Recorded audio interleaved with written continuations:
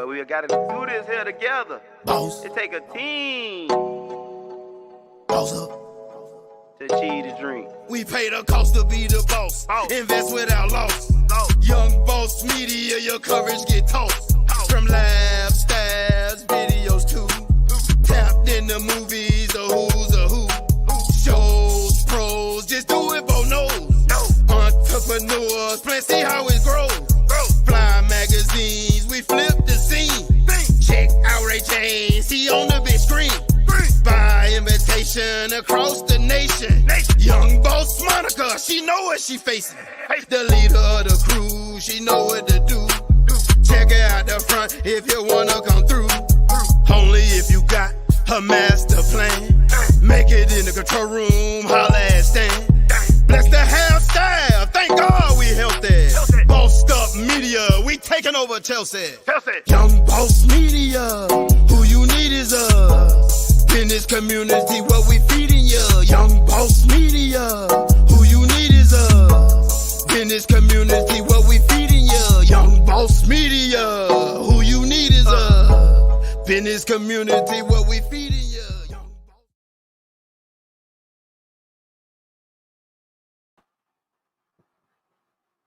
Hi, hello everyone. My name is Ehizojie Ojesebholo. Welcome to Young Boss Media, and I'm a Nollywood filmmaker, a lecturer, actor, director, writer, producer, and we're going to be having a chat on Nollywood Filmmaking 101.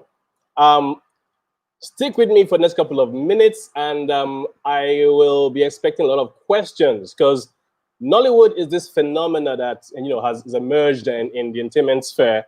We've been around for, I don't know, for how long we've been around. There's actually a debate on that. Some people celebrated Nollywood at 20 in 2012, but some of the big actors like Prince Jide Kosoko said, how can Nollywood be 20 years when I have been in the industry for almost 40? So yeah, we've been around. And for those who didn't catch on to us quickly with what's going on right now in the cinemas and online, particularly Netflix and Amazon Prime, you find us there. So hello, this is Nollywood Filmmaking 101. Let's begin. Okay, so right off the bat, one of the first things I like to pick up is how do we make our films in Nollywood, okay? I will do my best to skip the parts of the history of Nollywood, how it started, where it began from, all that long talk. I'm guessing most of us already know the idea of Kenway-based project, Living in Bondage, which sort of kicked off what we now know as Nollywood, even though for several years we've had Nollywood films being made by people like the great Herbert Ogunde and others, Chief Eddie Ogoma of blessed memory. We've been doing these things for a while, okay? So here we go. This is just gonna be the production itself, the filmmaking itself. Let's say, in a sense, the technical sides of it, what most people don't get to see, okay? We don't really do a lot of behind-the-scenes footages, but you're gonna find out why in a couple of minutes, okay? So here we go. There are basically, let's say, 4 main parts of any form of filmmaking, right? You have the pre-production, production, post-production, the marketing and distribution, right? These are the basic 4 elements of filmmaking everywhere in the world. We follow that style as well, okay? But then let's take it step by step. Our pre-production, how do we actually put it together? Now, let's give a couple of examples. Most times, there is the idea that somebody has a lovely story to tell and probably pens it down, goes out, finds someone to help them flesh it out properly, like a script writer, yeah? And then the script writer, with collaboration, they find the producer, someone to finance the project for them, and then they get the other members of the crew, the directors, the actors, and all of that. That is the simplistic and original, I would say, original idea of pre-production everywhere in the world. In Nollywood, remember, we're a third cinema. What happens in other places does not exactly happen here, all right? What happens here, I don't think it happens in other places. I don't think it will work in other places, okay? God has blessed us to do our thing our way, and it's been working.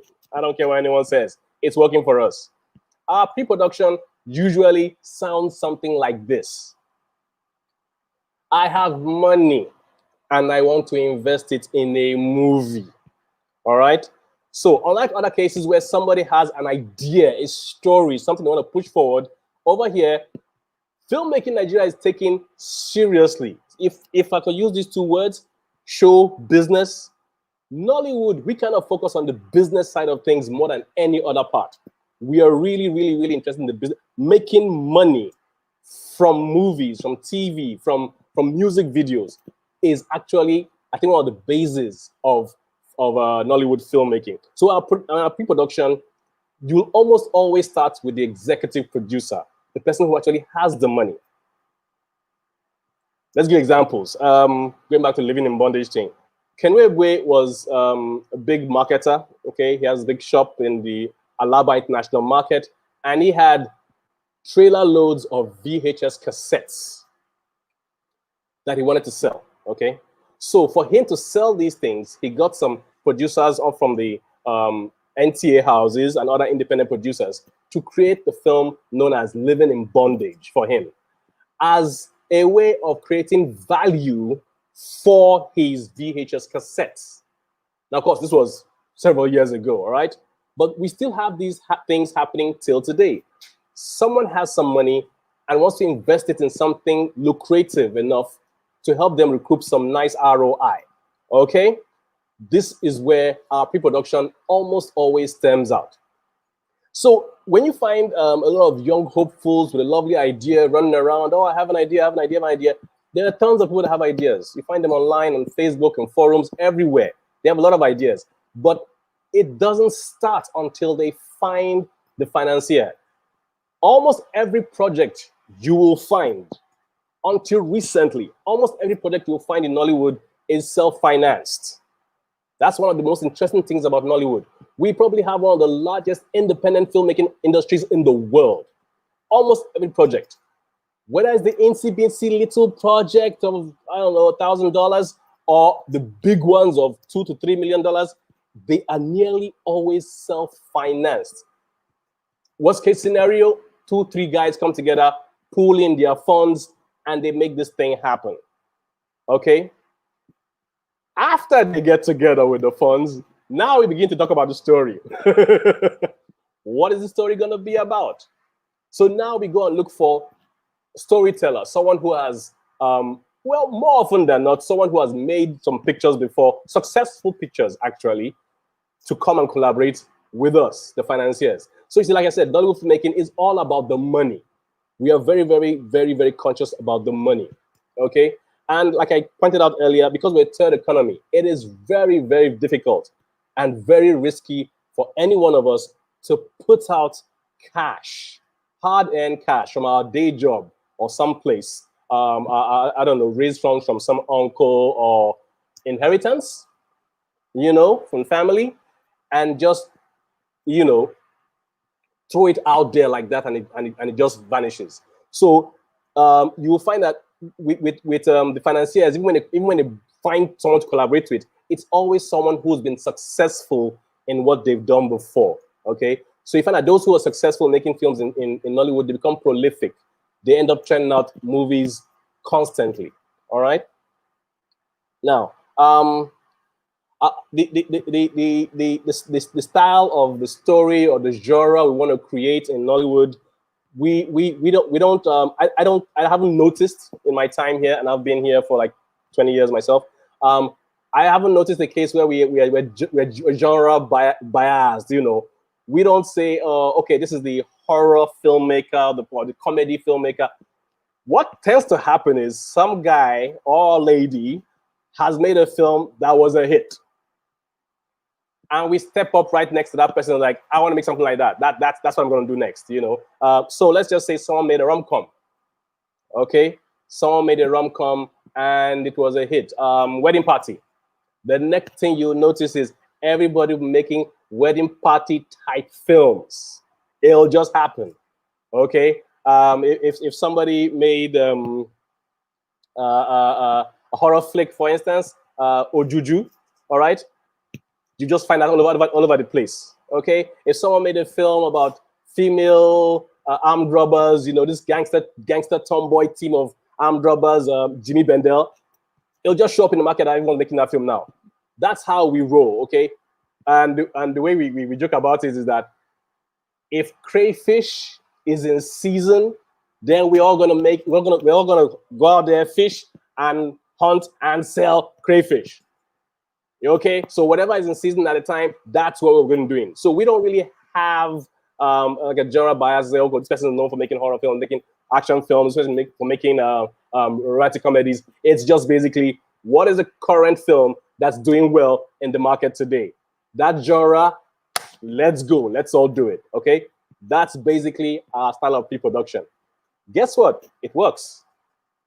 It works because I don't know how it is with the audience, but it's probably happening in Hollywood too. There was a time when had those lovely romantic comedies coming out, and then every company was making them, and then now we're just churning out superhero flicks for the past 10 years. The MCU came about. It's I think that's kind of how we roll here in Nollywood, kind of thing. Okay. But that said, one of the key stories story styles we have to do with our folk tales. Okay, we're Africans. This is Nigeria, and we have these stories that are really deep. Back in the days, we had this anthology series for kids known as Tales by Moonlight, and they told stories of good moral lessons, and all of that. So what happens is we found a way to expand on those shows or those stories. We brought the moral stories to light today. There was a small challenge a couple of years back. We said most of our films contain too much juju, okay? And Nigerian Censor Board said we're sort of painting Nigeria in a bad light, telling all these juju stories. But it's our culture, it's our tradition, it's what we do, it's who we are, okay? There's so many people, so many testimonies of people who they go to the church and right then the house the day after. It's just the way we are. It's what our ancestors worshipped. Some of us worship our ancestors. It's our thing. Okay, we're Africans. Okay, so we bring these folklores, folk tales, especially to teach morals into our stories.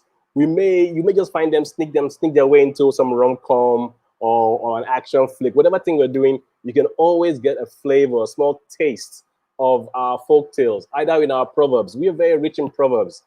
In fact, you find Chief Peter Doche's memes all over the internet with sweet words from our Nigerian films and our Nigerian culture, African culture.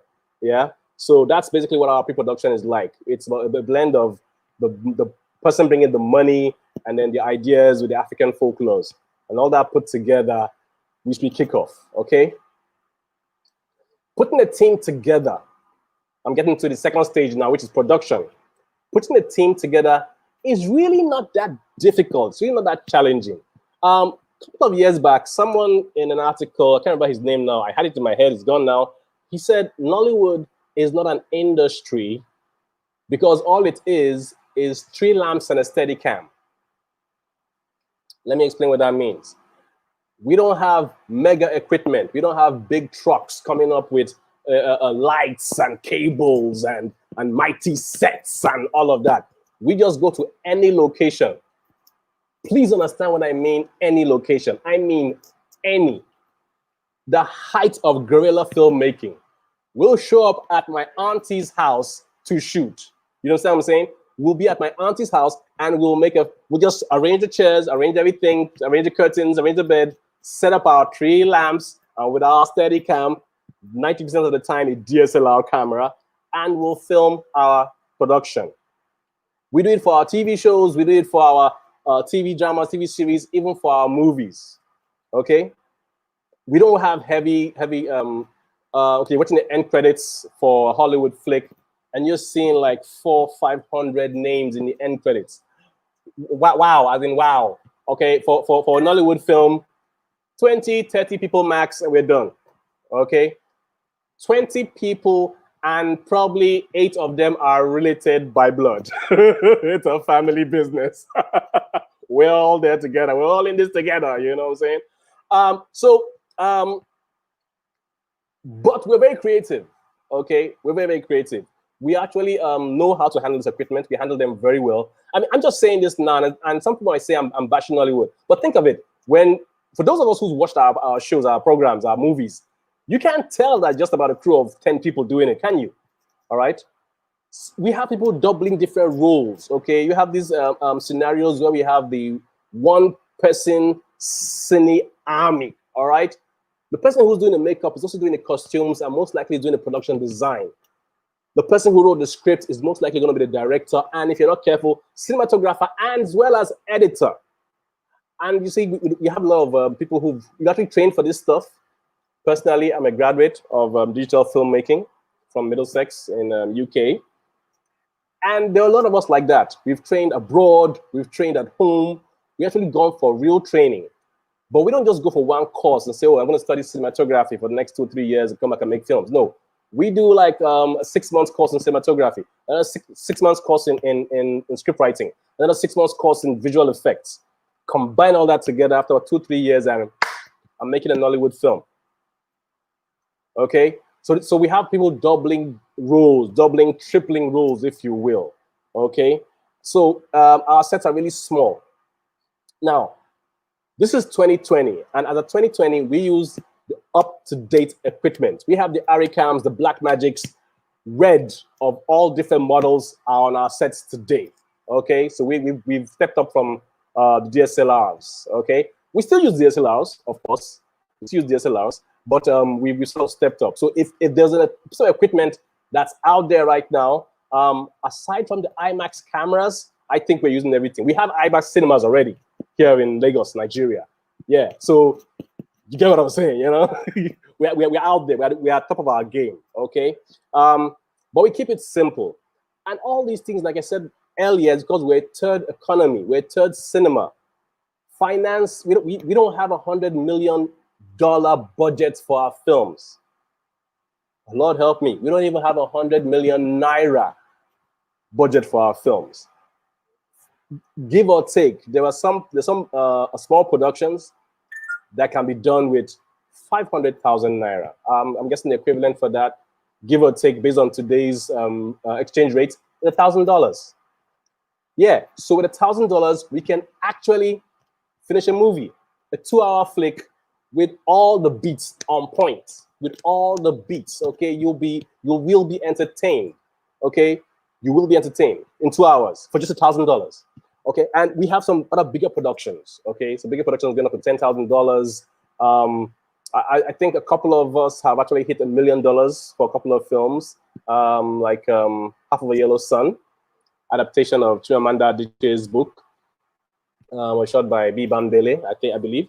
Yeah, so we actually gone that high, but usually we hang around the $10,000, $20,000 range budget for our movies. Okay, and we'll show up anywhere on the streets. We're guerrilla filmmaking to the max. We'll show up on the streets. We'll shoot our film there. Filmmakers in Nigeria have been chased around by landlords, chased by dogs. We've been chased by police in the streets. Hey, what are you doing there? You have no permission to shoot there, and bam, we're running. Lord help us, we don't even include that running scene into the shot. I'll find a way to edit it in. You know what I'm saying? We've been chased by area boys. The area boys, these are, I don't want to use the word hoodlums, people who live, there's almost, I'm not trying to find a way that's not derogatory, you know, derogatory term to describe them. Young men and women who they hang around the place. Okay, they hang around. For you to film in their area, you have to pay them. Kind of like touts. Yeah, that's actually what I'm putting it. They're kind of like touts. So you have to pay them and tip them. Back in the days, you could give them 100 naira, 200 naira, and that'll be fine. But even they have come to realize that there is money being generated in this industry. So when you show up with a camera, you better show up with 20 to 30 to 50,000 naira to pay them, or they will seize your camera. I kid you not, they will seize your camera. If you haggle around with negotiations, they'll take it and they walk away. Yeah, that's the end. That's gonna happen. Okay. So when we get on set, basically, okay, we've stepped up with our production design. Most of what I was talking about just now was in the past, because right now we're building sets. I know a couple of productions that even I have been on where we literally built a village. Okay, we built villages, we built caves. We're really stepping up, you know, as we go out, we study abroad and we come back, we bring that knowledge back, we bring that intelligence back, we bring that wisdom back, and we're making cool stuff here in Nigeria. Okay, so we build sets, we make our own costumes. There's some, of course, like I said, low budget productions where you find that we ask all the actors to please come with your own clothes and your own costumes. So yeah, you might find a couple of 4, 5, 6 movies where an actor is wearing the same costume over and over again. That's because the actor is bringing their own costume. A very good production manager, a very good producer will actually give them something for that. You know, it's not free. Okay, unless of course the person is your relative or your friend, which is the case more often than not. But you just give them something for helping with the costume department. It's what we do. It's a nice thing to do, you know, kind of thing. But then again, also, some of these actors, they also have an image to protect. So they may get on set and find that the costumes they're given is not up to par with the way they want to interpret that character. So they have a discussion with a director, with a producer, and say, could I please wear this instead of that? We'll go back and forth, have a discussion, and yeah, if it's cool, yeah, let's go with that instead. So yeah, that also happens as well. Okay, crew members, they're very, very talented, very well trained. So many of them have gone abroad, come back. So the sound is getting much better.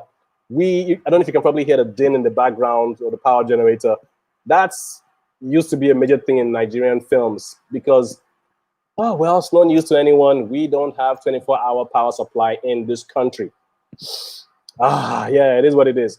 Okay, so we usually have our power generators to keep the lights on, our 3 lamps, you know, to run our sets and all of that. But as time is going on, we're learning how to get that sound, that generator sound, out of our films. A lot of films, you know, clean, neat, no wahala, as we say here in Nigeria. No wahala. It's clean, it's beautiful, brilliant sound, brilliant pictures.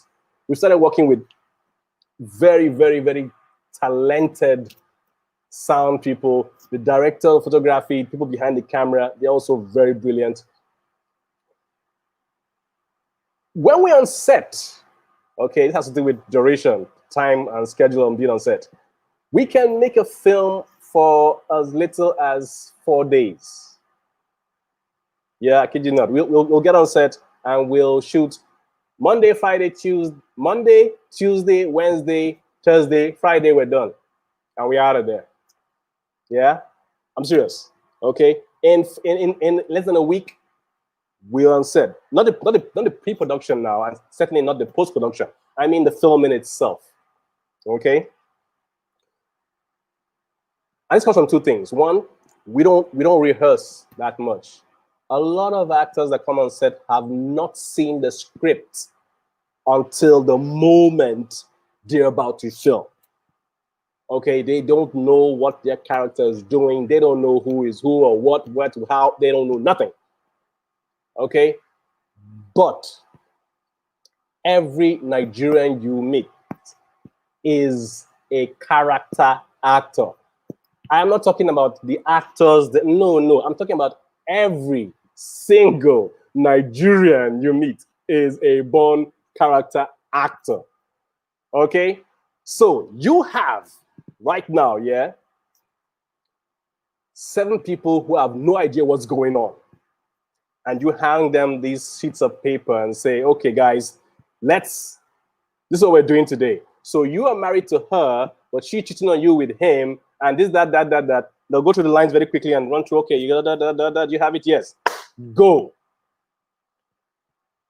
I have learned in my days as a director, I have learned to capture that first performance. You're not going to get a better performance from a Nigerian actor than that first performance. The life, they become the characters, the energy, the wow, as in just wow. So when we rehearse like that, you know, once you said it the first time, and then you go into it the second time, you're like, oh, you did it better the first time. Why didn't we have the cameras rolling? Sid should have had the cameras rolling. So I have learned not to blame Sid anymore, but to make sure that first performance, once we have that first run to the lines and all that, bam, go. Okay? And this is the reasons why we film very fast. Okay, this is the reasons why we film very fast. Okay, so you have, even if you have a 90-page script, a 120-page script, we will dissolve it, dissect it, and deliver it into you like that. Okay, I have actually been to award ceremonies where people won best actor, best supporting actors, and when they they'll tell you that that particular character they played, they won set for just one day. Just one day. They came in, went into makeup, went to rehearsal, sharp, sharp, sharp, sharp, snap, snap, snap, snap, camera people doing their angles and everything, and they were out of there. And the performance was so brilliant. They got accolades, they got awards, they got more jobs. Like I said, you in this industry, to be prolific, you have to be successful in the last one you did.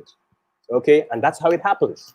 That's just how it happens. We're born character actors. We're animated. We're all over the place, okay? So whether you want sadness, anger, shy, or whatever it is, we got multi-personality disorders in this place, man. And people are churning that energy right into film. They bring that character right out, okay? So that's how our productions go, okay?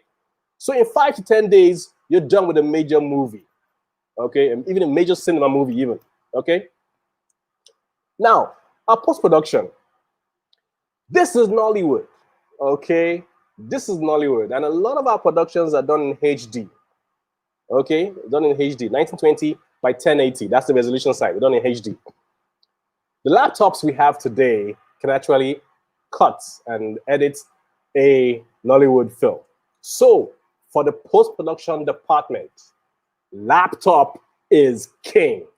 I don't care what anyone says, okay? You can have these big desks and big devices and everything. You can have the large Windows or iMacs and everything.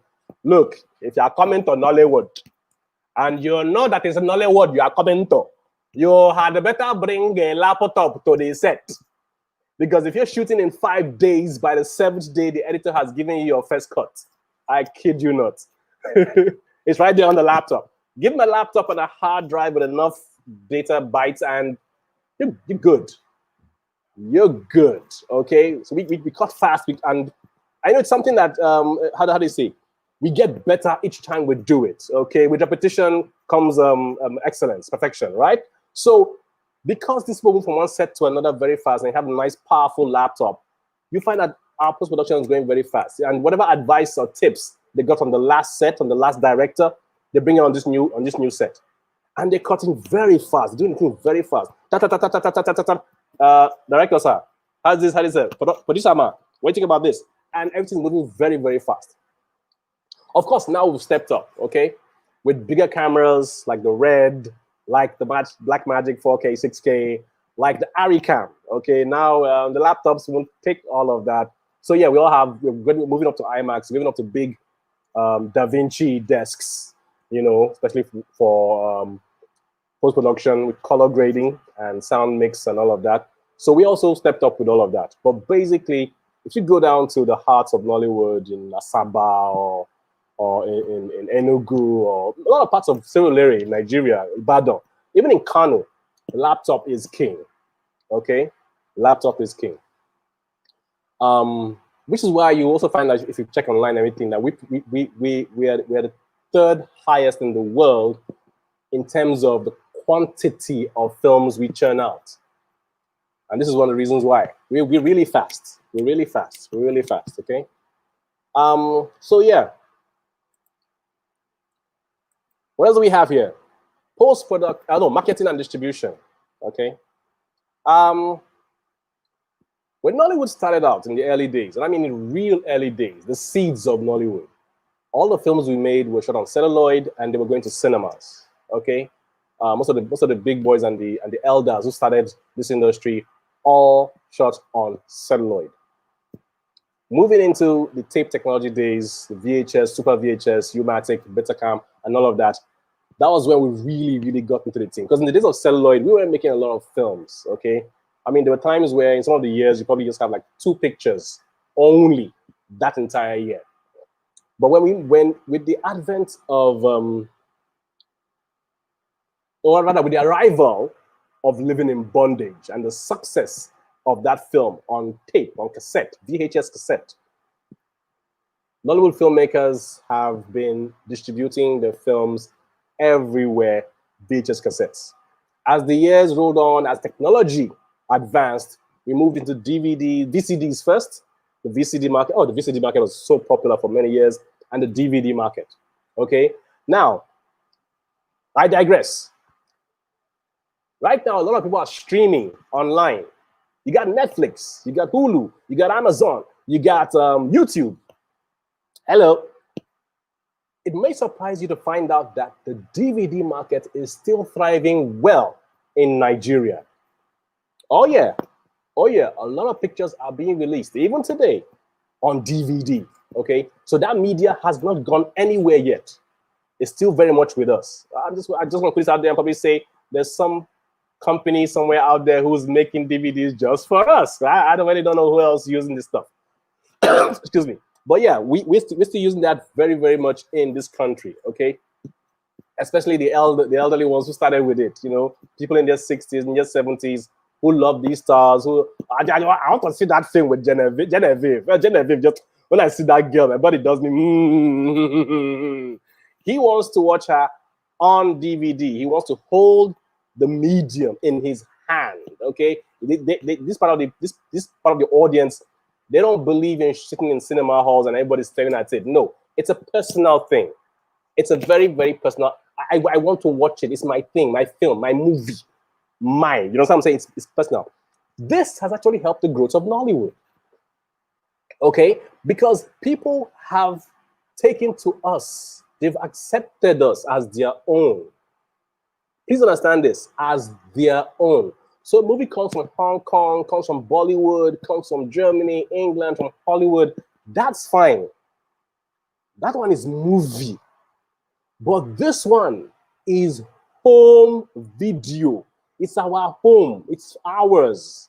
Okay, we'll bring it back. It's our thing. So even though, when this is 2020, technology has advanced, it's still thriving here. We you know, I can't convince my mom not to have a DVD.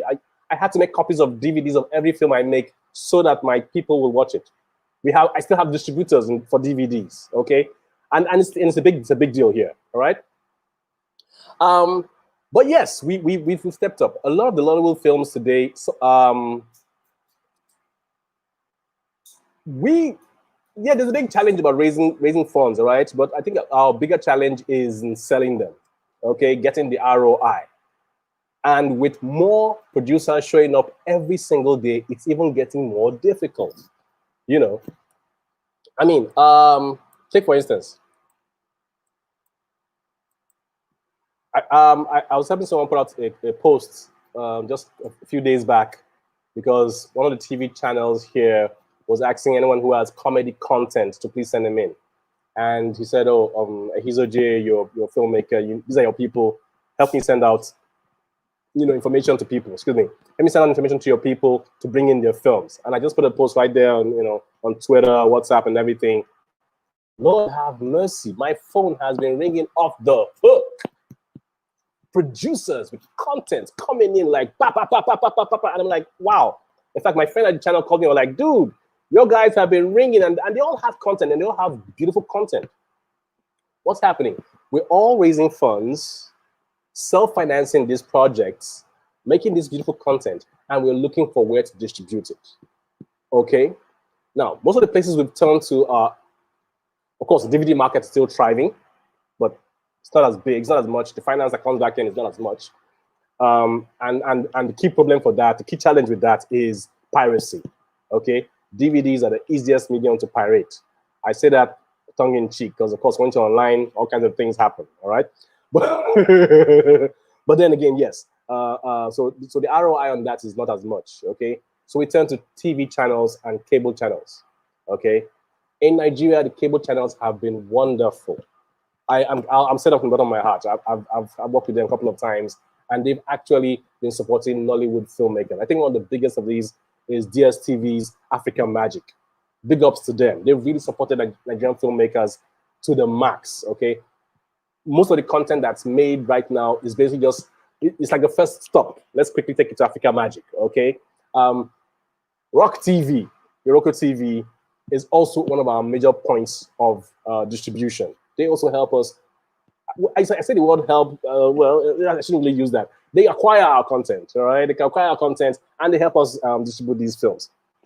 There's a lot of money to be made in Nollywood, and these people have created these channels to help us get our stuff out there. And the producers, well, we basically have a nice working relationship with them, okay? Then, of course, there is cinemas. There was a time, we're talking 15 years, 20 years back, there was a time when you couldn't find a single Nigerian film in the cinema. The complaints then were the quality was not good enough, you don't really have good sound, you don't have good pictures, you don't have the correct resolution, the size of the frame and all of that. But that was like 2 decades ago. Until the lockdown happened, we had a time when you could have one Nollywood movie playing in a Nigerian cinema per day. Every day, you probably have like 1 or 2. When it comes to those summer times or the holiday times, oh, Lord, have mercy. 4, 5, 6 Nollywood films playing back to back. And some films would even perform the international films that came in. Because usually, I mean, the cinema-going audience, they go for the international pictures, right? Stuff coming from Warner Bros., from Universal, from DreamWorks, and the likes. But every once in a while, you'll have that Nigerian film that will outperform them at Nigerian box office. Okay? So the quality, there. The sound, there. The suspense, there. The entertainment is there. Okay? And we're in cinemas now. Okay? So right now, in fact, we're even trying to discuss with the government, especially with the social distancing and everything we're trying to do to protect ourselves from this deadly virus of a thing, to please reopen the cinemas again, okay? We're going to work out some parameter to find a way of it, because billions, according to one of the reports I saw this morning, billions are being lost in Nigerian cinema. And I mean billions of naira are being lost in Nigerian cinema. That's millions of dollars, okay? We're also pushing to the streaming channels, okay? Of course, without a doubt, number 1 on this list is Netflix, okay? We're so happy that our films have been accepted by Netflix now. They gave us some benchmarks to hit, and we've basically been hitting them. Every other picture that comes out, and we have so many pictures on Netflix right now. I'm serious, and it's also worthy to note that every once in a while, you open your Netflix tab and everything, and this, I don't know, you see a cute little line, a cute sign that says the top films in Nigeria. And sometimes you'll find some Nigerian films being the top films in Nigeria on Netflix. Okay, so there's definitely potential here. There's definitely market here. Nigerians are ready to watch Nigerian films. Okay, now it is tricky, of course, because like I said, majority of Nigerian filmmakers film on DSLR cameras. Okay, but some of the benchmarks that Netflix gave us to hit include shooting on a proper 4K resolution camera, okay? And so they gave a list of the films that the cameras that can be used. If you shoot a film with a camera that's not of that type, it won't be accepted. Some have been accepted, probably because they performed well at film festivals, or there was some online campaign to get the film on Netflix. That works once in a while. I've seen it work, okay? But yeah, you need to film with a particular resolution. It has to be proper 4K, not ultra 4K. A 4K is something that has like a 4,000, pixel size. So you don't want to go to the 3,000 side or the 2.5, even though most of the cinemas will project at 2K or 2.5. But for Netflix, you gotta hit that 4K benchmark, okay? The sound has to be top quality, Dolby if you can help it, 5.1 surround or even 7.1 surround. Okay, it has to be all top notch. Okay, and there are reasons for that. I think they were from what's it called? Some had to do with the deals and the agreements they had with the audience. They promised to deliver 4K, so what they're receiving from the producers have to be 4K. Okay, it doesn't matter how interesting they are. And surprisingly, yes, like I said, in Nigeria today, We got the Black Magics, we have the Reds, we have the Aries, all filming on sets. I get some behind the scenes pictures, and you're like, oh, there are two red cameras on set, you know, two red two red dragons on set or something like that. I'm like, wow, this is Nigeria. I'm really impressed. I'm proud to be a Nigerian filmmaker right now. Okay, so yeah, so Netflix is one of our key distribution points, and I think most of the deals we have with them actually bring in some great ROI. Okay, the money that comes in from there is really helping boost the economy and encourage other filmmakers as well. But if you want to see where Nigerians are being Nigerians, then you have to check YouTube. Of course, you should on your phone on YouTube. You can upload it. This is where the real talent shows itself. YouTube, Nigerian channels on YouTube that show Nigerian content. They have so many subscribers. It is unbelievable. I kid you not. I mean, it doesn't matter the genre. Okay, whether it's comedy or gospel, you will find so many subscribers watching this content on YouTube. So the benchmarks and the parameters are not as high as Amazon or as Netflix. So everybody's there. Okay, this is also one of our key distribution outlets. The marketing for it, social media. There was a time when we used to have these lovely jingles online, and you know, people advertising that there's songs, there's these jingles and songs that you can come and watch our movies and all that. But right now, it's all on social media, okay? And the influencers, we have some very funny Instagram influencers. They are making a transition now from being an influencer on Instagram to featuring movies. Audiences seeing their names in the credits or on the posters will actually come and see these movies because they're doing a very good job for themselves. It is possible for African-American film investors or filmmakers to work with Nollywood filmmakers. It's about having some agreement, okay? And actually, this is kind of things we are looking out for here in Nigeria. We have the talent. I don't want to say that we are cheap or we're not that expensive. And we have great stories, okay? So we are looking for possibilities, opportunities, where those on the other side of the river, on the other side of the ocean, want to come over here to work with us. It's all about agreement. It's all about trust. First thing you want to do is use Google. Please do not get yourself scammed. Hello, my name is Ehiz. I'm a Nigerian filmmaker. If you bring your money to me, I'll make a film and you'll make $100 million. Do not believe that nonsense. It's really embarrassing a lot of times when every other time my friends in foreign countries do a screenshot and send me this thing that some Nigerian is trying to scam them. I'm like, I apologize, but even I get those emails too. You want to see my screenshots? Someone is scamming everybody. So don't do that. First thing you want to do is try and find out who is making the films and how did their last films perform. It's a rule in Nollywood, and I believe it's a rule everywhere in the world. You're only as good as your last film.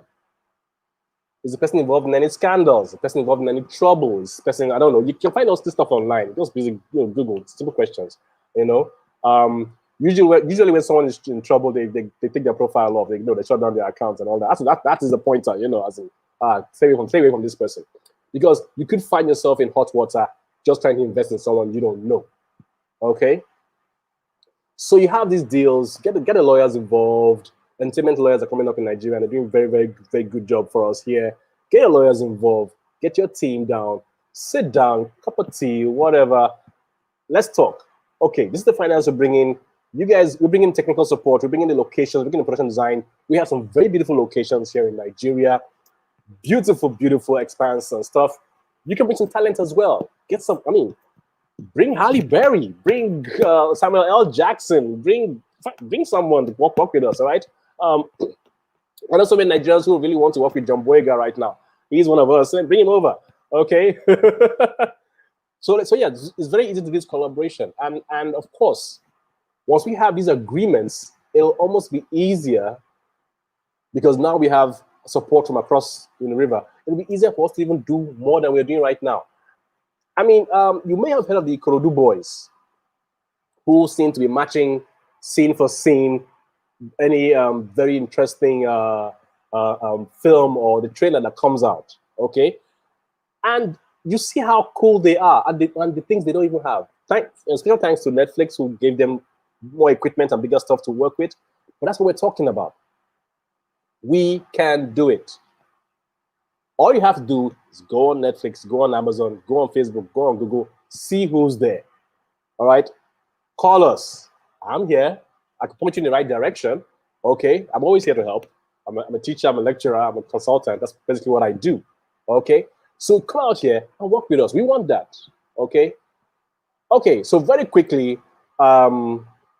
this is Nollywood Filmmaking 101. All right? There's a lot of money to be made. We're character actors. We are just here waiting for the world to enjoy what we have. Okay? Any questions from anybody? So we can, interact a bit more for a roundup.